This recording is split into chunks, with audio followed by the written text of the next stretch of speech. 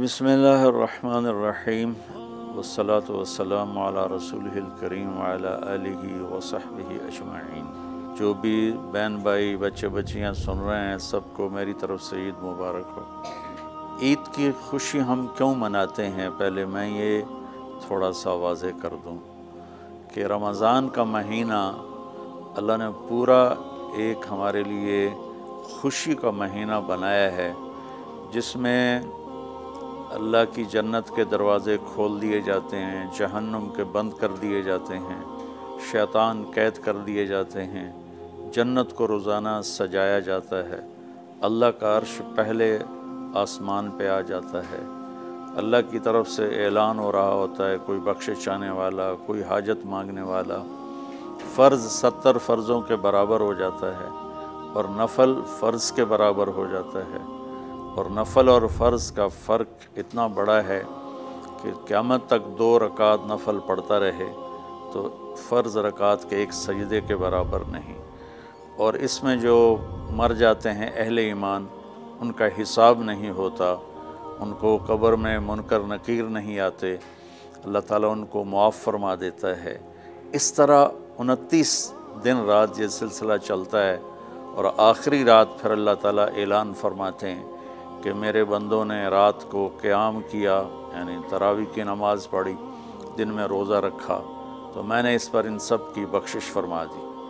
تو اس خوشی میں پھر ہم سب مل کر اللہ کی بارگاہ میں شکرانے کے مل کر 2 نفل ادا کرتے ہیں اور اللہ کا شکر ادا کرتے ہیں کہ یا اللہ تیرا شکر ہے، تو نے ہمارے گناہوں کو معاف فرمایا، جہنم کو ہم پہ حرام کیا، جنت کو ہم پہ واجب کیا۔ اصل تو عید کی خوشی کی یہ وجہ ہے۔ آپ عید کے لیے غسل فرماتے تھے اور اپنے کپڑوں میں سے اچھے کپڑے منتخب فرماتے تھے، اور فجر کی نماز کے بعد آپ اشراق نہیں پڑھتے تھے اس دن، باقی آپ کی ساری زندگی کا معمول تھا کہ فجر کے بعد آپ اشراق پڑھتے تھے، لیکن اس دن آپ اشراق نہیں پڑھتے تھے۔ غسل فرما کے پھر کچھ کھا کے، کوئی میٹھی چیز، کھجور ہی عام طور پر ہوتی تھی، کھجور کھا کے پھر آپ عیدگاہ کی طرف تشریف لے جاتے تھے، اور پہلے نماز پڑھاتے تھے، پھر خطبہ ہوتا تھا، اور اس کے بعد جس راستے سے آپ جاتے تھے اس راستے کو چھوڑ کر پھر اور راستے سے گھر واپس آتے تھے، پھر وفود سے ملاقات کرتے تھے، سرداروں سے، صحابہ سے ملاقات کرتے تھے، اس میں کچھ کھانوں کا اہتمام بھی ہوتا تھا۔ اس طرح ایک عام روٹین کی عید ہوتی تھی آپ کی، ملاقاتیں کرنا، کھانوں میں جانا اور اچھے کپڑے پہننا، سب کو خوشی سے ملنا، یہ عید الفطر پر آپ کا یہ معمول تھا۔ باقی جو اداسیاں ہیں، ڈپریشنیں ہیں، اس کی وجہ آپس کی محبتوں کا کم ہو جانا ہے، اور دنیا کی ایسی دوڑ جس نے اپنے آپ کو بھی بھلا دیا ہے، اور آپس کی نفرتیں ہیں، اور آپس کے بغض، حسد ہیں، ان منفی جذبوں نے ہماری خوشیوں کو دھندلا دیا ہے، ورنہ رمضان کا ہر لمحہ خوشی کے لیے ہے، اور عید اس کی بھیک ہے، اور پوری زندگی اللہ راضی ہو رہا ہو تو خوشی ہی خوشی ہے۔ ہمیں اپنے ملک سے، اپنی نسل سے آپس کی نفرتیں، حسد، بغض یہ مٹانے ہوں گے، تب جا کر ہمیں حقیقی خوشیاں حاصل ہوں گی۔ میں اس عید کے خوشی کے موقع پر اپنی قوم سے ہاتھ جوڑ کے اپیل کروں گا کہ جھوٹ بولنا چھوڑ دیں، دھوکہ دینا چھوڑ دیں، اور ظلم کرنا چھوڑ دیں۔ مذہبی نفرت نے ہمیں تباہ کر دیا، سیاسی نفرت نے ہمیں تباہ کر دیا، صوبائی قومی نفرت نے ہمیں تباہ کر دیا، آپس کی رنجشوں کی نفرت نے ہمیں تباہ کر دیا۔ میں ساری قوم کے سامنے جھولی پھیلا کر چاروں صوبوں کے رہنے والوں سے اور ہر مکتب فکر سے متعلق اہل ایمان سے یہ درخواست کرتا ہوں کہ آئیں ہم سچائی کو اپنا ساتھی بنائیں اور دیانتداری سے اپنے آپ کو آراستہ کریں، اور انصاف کا ساتھ دیں، نہ ظالم بنیں نہ ظالم کا ساتھ دیں۔ اسلام 2 چیزوں کا مجموعہ ہے، ایک اللہ کا حق ہے جو عبادات کی شکل میں ہے، اور ایک اللہ کے بندوں کا حق ہے جو اخلاقیات اور معاملات اور معاشرت کی شکل میں ہے۔ یہ دونوں کمپلسری پیپر ہیں، دونوں لازمی پیپر ہیں، ان دونوں میں پاس ہونا ضروری ہے۔ میری نماز اچھی ہے لیکن میری دکان پہ جھوٹ ہے تو نماز اس جھوٹ کی کمی کو پورا نہیں کر سکے گی۔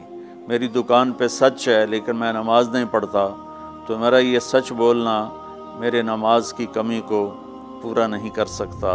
اللہ کے نبی نے دنیا سے جاتے ہوئے 2 لفظوں میں سارا دین بتا دیا تھا۔ جب آپ کے جانے کا وقت قریب تھا تو آپ 2 لفظ دہرا رہے تھے، الصلاۃ وما ملکت ایمانکم، میری امت میرے بعد ایک نماز نہ چھوڑنا، اور ایک امت کے غریب مسکین لوگوں سے، نوکر غلاموں سے اچھا سلوک کرنا۔ یہ 2 الگ الگ ڈیمانڈ ہیں۔ جیسے پانی پینے سے روٹی کی کمی پوری نہیں ہو سکتی اور روٹی کھانے سے پانی کی کمی پوری نہیں ہو سکتی، یہ دونوں الگ چیزیں ہیں۔ اخلاق کو عبادت کی کمی پر نہیں کر سکتی، اور عبادت کی کمی اخلاق کو اور اخلاق کی کمی کو عبادت پورا نہیں کر سکتی۔ ان دونوں چیزوں میں پاس ہونا ضروری ہے، تب جا کر ایک معتدل معاشرہ وجود میں آتا ہے۔ ایک حدیث سنا کے بات ختم کرتے ہیں۔ میرے نبی وضو فرما رہے تھے تو صحابہ آپ کے وضو کا پانی گرنے نہیں دے رہے تھے، نیچے سے لے کر کوئی پی رہا تھا، کوئی منہ پہ مل رہا تھا۔ تو آپ نے فرمایا ما یحملکم علی ھذا، یہ کیا کر رہے ہو؟ وہ کہنے لگے یا رسول اللہ، اللہ اس کے رسول کی محبت میں کر رہے ہیں۔ تو آپ نے فرمایا میں تمہیں بتاتا ہوں اللہ اس کے رسول سے محبت کرنے والا کون ہوتا ہے۔ فَلْيُصْدِقِ الْحَدِيثَ إِذَا حَدَّثَ، اللہ رسول سے محبت کرنے والا وہ ہوتا ہے جو ہمیشہ سچ بولتا ہے۔ فَلْيُؤَدِّ الْأَمَانَةَ إِذَا تُؤْمِنَ، جو ہمیشہ امانت داری سے کام لیتا ہے، کبھی دھوکہ فراڈ نہیں کرتا۔ فَلْيُحْسِنْ جِوَارَ مَنْ جَاوَرَهُ، اور جو ہمیشہ اپنے پڑوسیوں کے ساتھ اچھا سلوک کرتا ہے، پڑوسی اپنے ہوں، غیر ہوں، مسلم ہوں، نان مسلم ہوں، وہ ان کے ساتھ اچھا سلوک کرتا ہے۔ یہ 3 نشانیاں ہیں عشق رسول کی۔ یہ 3 باتیں میری قوم اپنا لے تو یہ اندھیرے اجالوں میں انشاءاللہ تبدیل ہو جائیں گی۔ دنیا کے لیے قانون ہے اللہ تعالیٰ کا کہ جس قوم میں انصاف، دیانتداری اور سچائی ہوگی انہیں اللہ عروج دے گا، وہ مسلم ہو یا نان مسلم ہو۔ اور جن ملکوں میں، قوموں میں بددیانتی ہوگی، ظلم ہوگا، جھوٹ ہوگا، وہ زوال کا شکار ہوں گی۔